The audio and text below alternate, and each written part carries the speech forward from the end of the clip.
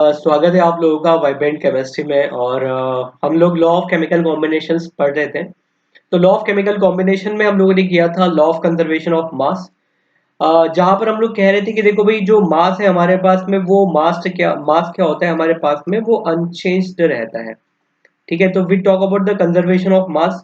उसके बाद में हम लोगों ने लॉ ऑफ कांस्टेंट कंपोजिशन की बात करी थी। कांस्टेंट कंपोजिशन, या इसी को हम लोग एक और नाम देते हैं, जो कि हमारे पास में लॉ ऑफ डेफिनेट प्रपोर्शन। ठीक है, तो you can either call it constant composition या डेफिनेट प्रपोर्शन भी आप लोग इसे कह सकते हैं।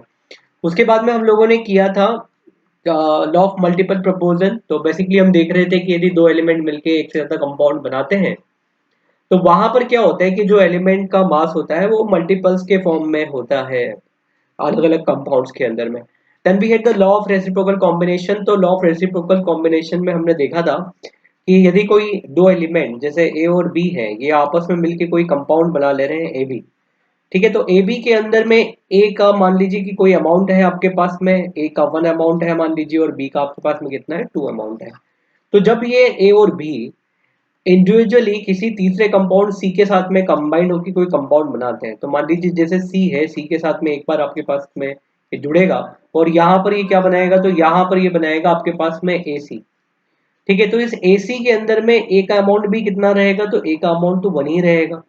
ठीक है, क्योंकि जो ए बी है, ए बी के अंदर में 1 था। उसके बाद में हमने देखा था कि बी है, तो बी यदि सी के साथ में जुड़ रहा है और बी सी के साथ में जुड़ के यहाँ पे बी सी यदि बना लेता है, तो बी सी के अंदर में जो बी का अमाउंट है वो कितना होगा, तो वो हमारे पास में 2 होगा, क्योंकि हमने देखा था कि ए बी के अंदर में बी का अमाउंट कितना था और ए का अमाउंट कितना था। तो that was kind of law of reciprocal combination. आगे बढ़ते हैं आज, और हम लोग स्टार्ट करते हैं गेल-लुज़ैक्स लॉ।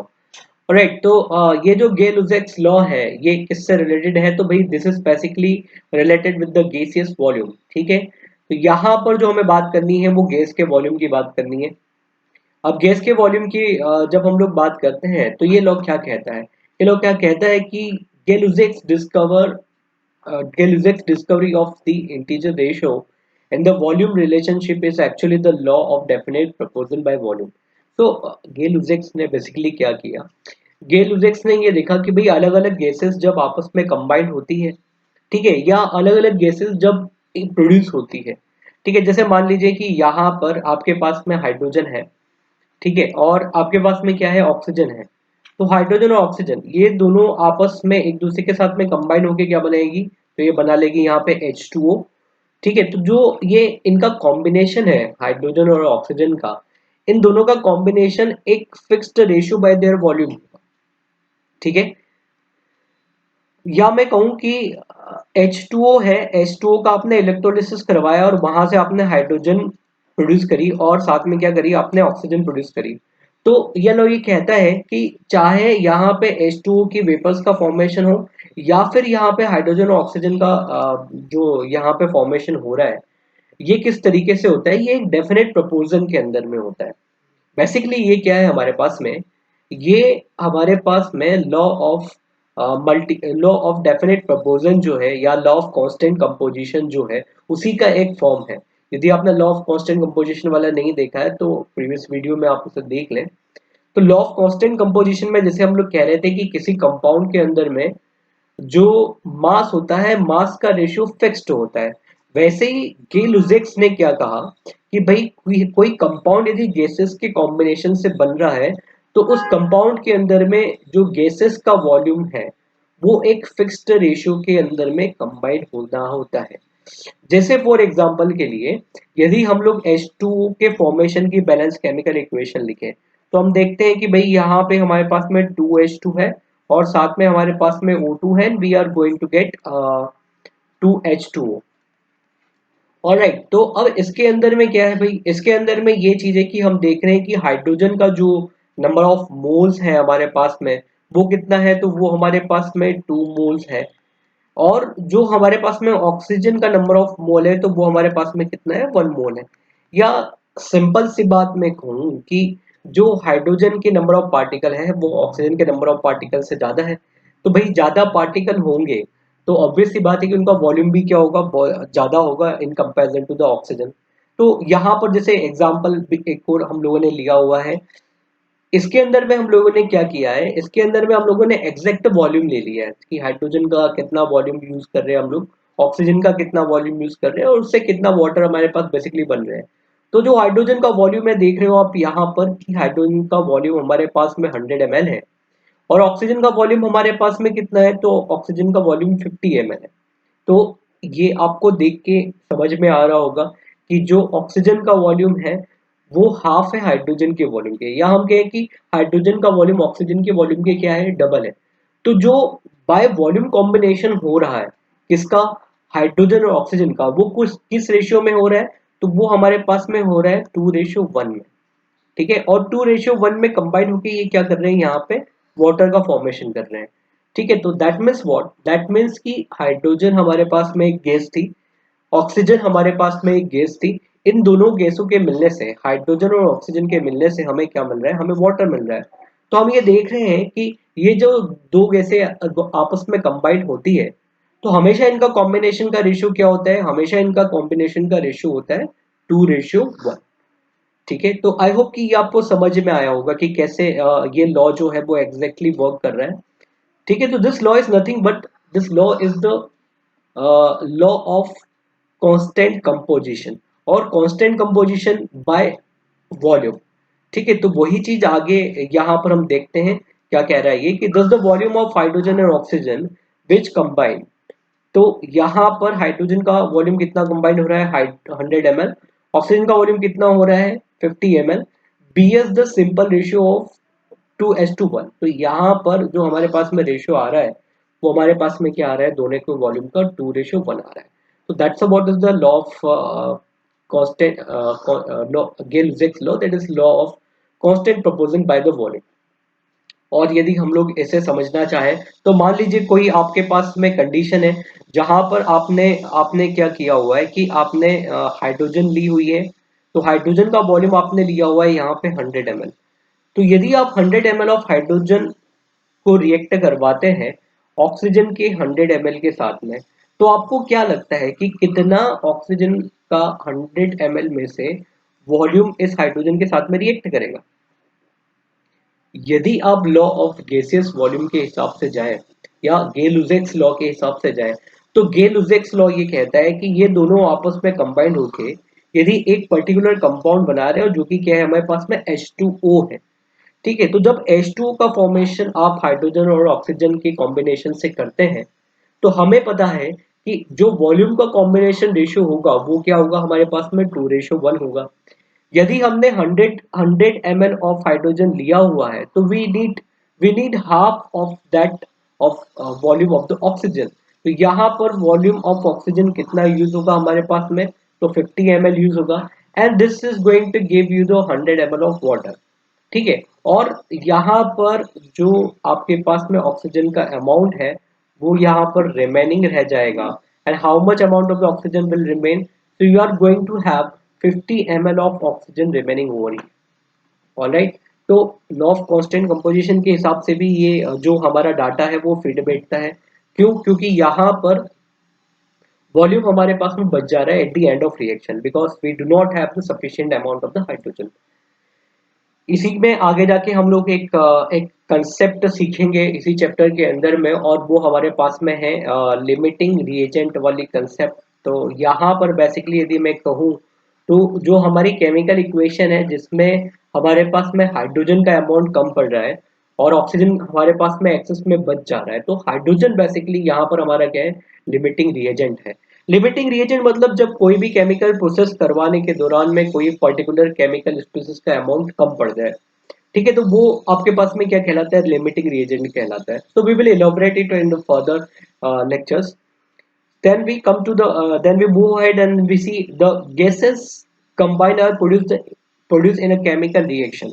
जो भी गैसेस केमिकल रिएक्शन के दौरान में कंबाइन होती है या प्रोड्यूस होती है तो दे डू सो, ये ऐसा करती है in a simple ratio by volume, मतलब उनके वॉल्यूम के सिंपल रेशियो के फॉर्म में करती है, provided all the gases are at the same temperature and pressure. ठीक है, तो अब यहाँ पर क्या है, टेम्परेचर और प्रेशर जो गैसेस हैं उनका टेम्परेचर और प्रेशर आपके पास में क्या होना चाहिए, सेम होना चाहिए। ऐसा नहीं होना चाहिए कि हाइड्रोजन का टेम्परेचर कम है और ऑक्सीजन का टेम्परेचर ज़्यादा है या ऑक्सीजन का कम हो या ज़्यादा हो, इसी तरीके से प्रेशर में भी इनके बीच में कोई डिफरेंस नहीं आना चाहिए। ऑलराइट, तो आगे बढ़ते हैं। नेक्स्ट हम लोग देखते हैं, next we are going to have the law, Avogadro law. Alright, तो ये जो एवोगेड्रो लॉ है बेसिकली आपके पास में, ये जो एवोगेड्रो लॉ है this is also related with the gases. ठीक है, गैसेस के रिस्पेक्ट में ये लॉ प्रपोज किया था एवोगेड्रो ने। और बेसिकली इस लॉ के अंदर में क्या चीज है, इस लॉ में इसने कहा था कि देखो यदि आप इक्वल वॉल्यूम ऑफ गैसेस लेते हो, अलग अलग गैसेस है आपके पास में, डिफरेंट डिफरेंट गैसेस है, उनका आप क्या कर रहे हो, इक्वल वॉल्यूम ले रहे हो। अभी जैसे प्रीवियस एग्जांपल में हमने देखा था कि भाई जो हमारे पास में हाइड्रोजन थी, हाइड्रोजन का वॉल्यूम हमारे पास में 100 था और ऑक्सीजन का वॉल्यूम हमारे पास में कितना था, 50 था, तो इट वाज नॉट इक्वल। लेकिन यदि हम लोग इक्वल वॉल्यूम ऑफ हाइड्रोजन और ऑक्सीजन ले, मतलब हाइड्रोजन का भी कितना वॉल्यूम ले हम, 50 ml, और ऑक्सीजन का भी कितना वॉल्यूम ले, तो इसका भी वॉल्यूम ले लेते हैं हम लोग 50 ml। तो दोनों, जब भी हम लोग अलग अलग गैसेस का इक्वल वॉल्यूम लेते हैं, और प्रोवाइडेड एक और कंडीशन है कि यहाँ पर जो टेम्परेचर है आपके पास में वो क्या होना चाहिए, आपके पास में सेम होना चाहिए, और साथ ही साथ में जो प्रेशर है आपके पास में वो भी क्या होना चाहिए, सेम होना चाहिए। तो that means what, that means equal volume of any gases at the same temperature and pressure contains equal number of the particle। तो इसके अंदर में क्या होता है भाई, इसके अंदर में होता है अपने पास में इक्वल नंबर ऑफ पार्टिकल्स हो जाता है। तो जैसे हम लोग यहाँ पर इस इमेज के बारे में बात करते हैं, तो यहाँ पर आप देख रहे हैं कि हम लोगों ने हाइड्रोजन लिया हुआ है, ये हमारे पास में हाइड्रोजन है, ये भी हमारे पास में हाइड्रोजन है, और ये हमारे पास में ऑक्सीजन है। And then we are going to have the volume of H2। ठीक है, तो अब यहाँ पर आप देखो कि एक चीज है, हाइड्रोजन का जो वॉल्यूम है हमने वो 1 यूनिट लिया हुआ है, you can see over here the volume of the hydrogen that is equal to 1 unit. और यहाँ पर हालांकि हाइड्रोजन हमने फिर से हमने हाइड्रोजन का वॉल्यूम लिया हुआ है, and that is in the separate case, मतलब दो बार हम लोगों ने हाइड्रोजन का वॉल्यूम लिया है, 1 यूनिट करके, and then we have taken the volume of that oxygen. ठीक है, तो ऑक्सीजन का जो वॉल्यूम है यहाँ पे वो भी कितना है अपने पास में, 1 यूनिट है, या हम सिंपली कह सकते हैं कि भाई 1 मोल है, या हम कह सकते हैं कि हमारे पास में 1 लीटर है। ठीक है, तो यूनिट आप कोई सी भी ले सकते हैं, things are going to be same. तो अब अपने पास में यहाँ पर क्या है, तो यहाँ पर हम देख रहे हैं कि यहाँ पे हमारे पास में टू टू यूनिट वॉल्यूम जो है वो किसका है, हमारे पास में वाटर की वेपर्स का है। तो अब देखो, एवोगेड्रो ने ये कहा कि सिंस आपने 1 वॉल्यूम हाइड्रोजन का पहले वाले केस में लिया, ये हमारा मान लीजिए कि केस 1 है, मतलब सैंपल 1 है हाइड्रोजन का, ये हमारे पास में जो केस 2 है, मतलब सैंपल 2 है हाइड्रोजन का, और ये हमारे पास में क्या है, केस 3 है। तो इन सब के अंदर में हम लोगों ने जो वॉल्यूम लिया है वो फिक्स लिया हुआ है, 1 यूनिट बाय वॉल्यूम लिया हुआ है। तो इसके अंदर में आप देख सकते हैं कि जो नंबर ऑफ पार्टिकल हैं गैसेस के, ये नंबर ऑफ पार्टिकल्स भी क्या है आपके पास में, सेम है। यहाँ पर आप देख रहे हैं कि एक आपके पास में H2, एक आपके पास में H2 का मॉलिक्यूल हो गया, ये दूसरा वॉल्यूम मॉलिक्यूल हो गया, ये तीसरा हो गया, ये आपके पास में फोर्थ हो गया, and this going to be fifth one. ठीक है, उसी तरीके से केस 2 में अभी भी आपने यहाँ पर भी हाइड्रोजन का जो वॉल्यूम लिया हुआ है वो 1 यूनिट लिया हुआ है, तो यहाँ पर भी आप देखेंगे तो टोटल कितने मॉलिक्यूल हैं, तो यहाँ पर भी आपके पास में जो टोटल मॉलिक्यूल आ रहे हैं हाइड्रोजन के, वो कितने अपने पास में 5 है। Then we have the oxygen. तो क्या हमारा पिछले जो दो केसेस थे उसके बराबर ऑक्सीजन का वॉल्यूम भी है, तो हाँ बिल्कुल है, क्योंकि हमने ऑक्सीजन का वॉल्यूम भी कितना लिया है, 1 लिया है। तो उस हिसाब से एवोगेड्रो के हिसाब से तो क्या होना चाहिए कि ऑक्सीजन का जो 1 वॉल्यूम है, 1 यूनिट वॉल्यूम है, उसके अंदर में भी सेम नंबर ऑफ पार्टिकल होना चाहिए। ठीक है, तो काउंट कर लेते हैं हम लोग। तो देखो यहाँ पर एक O2 का मॉलिक्यूल ये हो गया हमारे पास में, ये दूसरा हमारे पास में O2 का मॉलिक्यूल हो गया, ये थर्ड हमारे पास में O2 का मॉलिक्यूल हो गया, और ये हमारे पास में फोर्थ O2 का मॉलिक्यूल है, this is going to be fifth one. तो क्या पहले वाले में फिफ्थ थे, तो हाँ। क्या सेकंड वाले में 5 मॉलिक्यूल्स थे, तो हाँ। क्या थर्ड वाले के अंदर में 5 मॉलिक्यूल है, तो हाँ। अगेन यहाँ पर हमने इक्वल वॉल्यूम तो लिया हुआ है, साथ ही साथ में हम लोगों ने जो टेम्परेचर है और प्रेशर जो है इसको भी हम लोगों ने क्या कर दिया है यहाँ पे, तो यहाँ पे हम लोगों ने कर दिया है कांस्टेंट। ठीक है, तो टेम्परेचर और प्रेशर हम लोगों ने कांस्टेंट किया है, इस वजह से हम देख रहे हैं कि अलग अलग सैंपल में यदि हम लोग 1 वॉल्यूम लेते हैं तो they are having the equal number of the molecules. all right, and then they are getting combined with each other and they are forming the water molecule. All right, so we are having two volume of the vapour molecule. तो two volume of the vapour molecule मतलब क्या होगा कि अब यहाँ पर जो water होगा वो हमारे पास में डबल होगा। ठीक है, डबल होगा तो नंबर ऑफ पार्टिकल्स जो वाटर है वो भी हमारे पास में क्या हो जाना चाहिए, डबल हो जाने चाहिए। तो accordingly if we count, so we are going to get this is first molecule, this is going to be second one, going to be third one, ये हमारे पास में फोर्थ है, this going to be fifth, this is sixth one, this is seventh one, this is eighth one, ये हमारे पास में ninth वाला है और ये हमारे पास में क्या है, टेंथ वाला है। So as you can see, as Avogadro suggested that the equal volume of the gases contain equal number of the particle. ठीक है, so what we can say is we can say that the volume of the gas is directly proportional to the number of moles. Alright, so volume of the gas is directly proportional to what? Directly proportional to the number of moles. या हम लोग कहें कि that is directly proportional to the number and let's consider n is the number of the particle. Alright, so if we change the volume then what will happen? यदि हम लोगों ने यहाँ पे हमारे पास में constant of proportionality है, if we replace it, so we are going to get v जो है हमारे पास में, v जो है हमारे पास में वो क्या होगा, v will be equal to av into n। ठीक है, तो av हमारे पास में क्या है, av हमारे पास में कांस्टेंट ऑफ प्रोपोर्शनलिटी है and that we basically called Avogadro constant. इसको हम लोग क्या कहते हैं, इसको हम लोग कहते हैं एवोगैड्रो कांस्टेंट। आने वाली क्लासेस में हम लोग देखेंगे कि कहाँ से आता है हमारे पास में एवोगैड्रो कांस्टेंट। ठीक है, और एन हमारे पास में क्या है, एन हमारे पास में नंबर ऑफ मोल्स है। ठीक है, तो नंबर ऑफ मोल्स हमारे पास में यहाँ पर आ रहा है, तो नंबर ऑफ मोल्स यदि हमें पता है तो we can definitely determine the number of particle. और वो कैसे हमें पता चलेगा, तो सिंपली जो ए वी है, ए वी के साथ में आपको क्या कर देना है, ए वी के साथ में आपको नंबर ऑफ मोल्स को मल्टीप्लाई कर देना है। ठीक है, तो Avogadro suggested that 1 mole of all the gases. ठीक है, एवोगैड्रो ने क्या सजेस्ट किया, एवोगैड्रो ने ये सजेस्ट किया कि भाई 1 mole of all the gases, सारी गैसेस का 1 मोल। ठीक है, कब, eight the same temperature and pressure, जब आपने सारी कोई सी भी आप गैस लें और उसका कितना अमाउंट लें, आप 1 मोल लें और वहां पर क्या है आप टेम्परेचर एंड प्रेशर कांस्टेंट रखें, तो उनका जो वॉल्यूम होता है they also have the equal volume. तो they also have the equal volume. अच्छा, अब यहाँ पर क्या होता है कि थोड़ा यदि आपने टेम्परेचर में और प्रेशर में वेरिएशन किया तो यहाँ पर क्या होगा, वॉल्यूम के अंदर में भी वेरिएशन हो जाएगा। तो बेसिकली केमिस्ट्री के अंदर में दो इम्पोर्टेंट टर्म्स चलती हैं और ये दो इम्पोर्टेंट टर्म्स टेम्परेचर और प्रेशर से रिलेटेड है हमारे पास में। और ये इम्पोर्टेंट टर्म्स क्या है हमारे पास में, तो ये हमारे पास में होती है एसटीपी और एनटीपी कंडीशन। ठीक है, तो जैसे हम लोग बात करते हैं एसटीपी कंडीशन की, तो देखो एसटीपी कंडीशन का मतलब क्या होता है हमारे पास में, standard temperature and the pressure.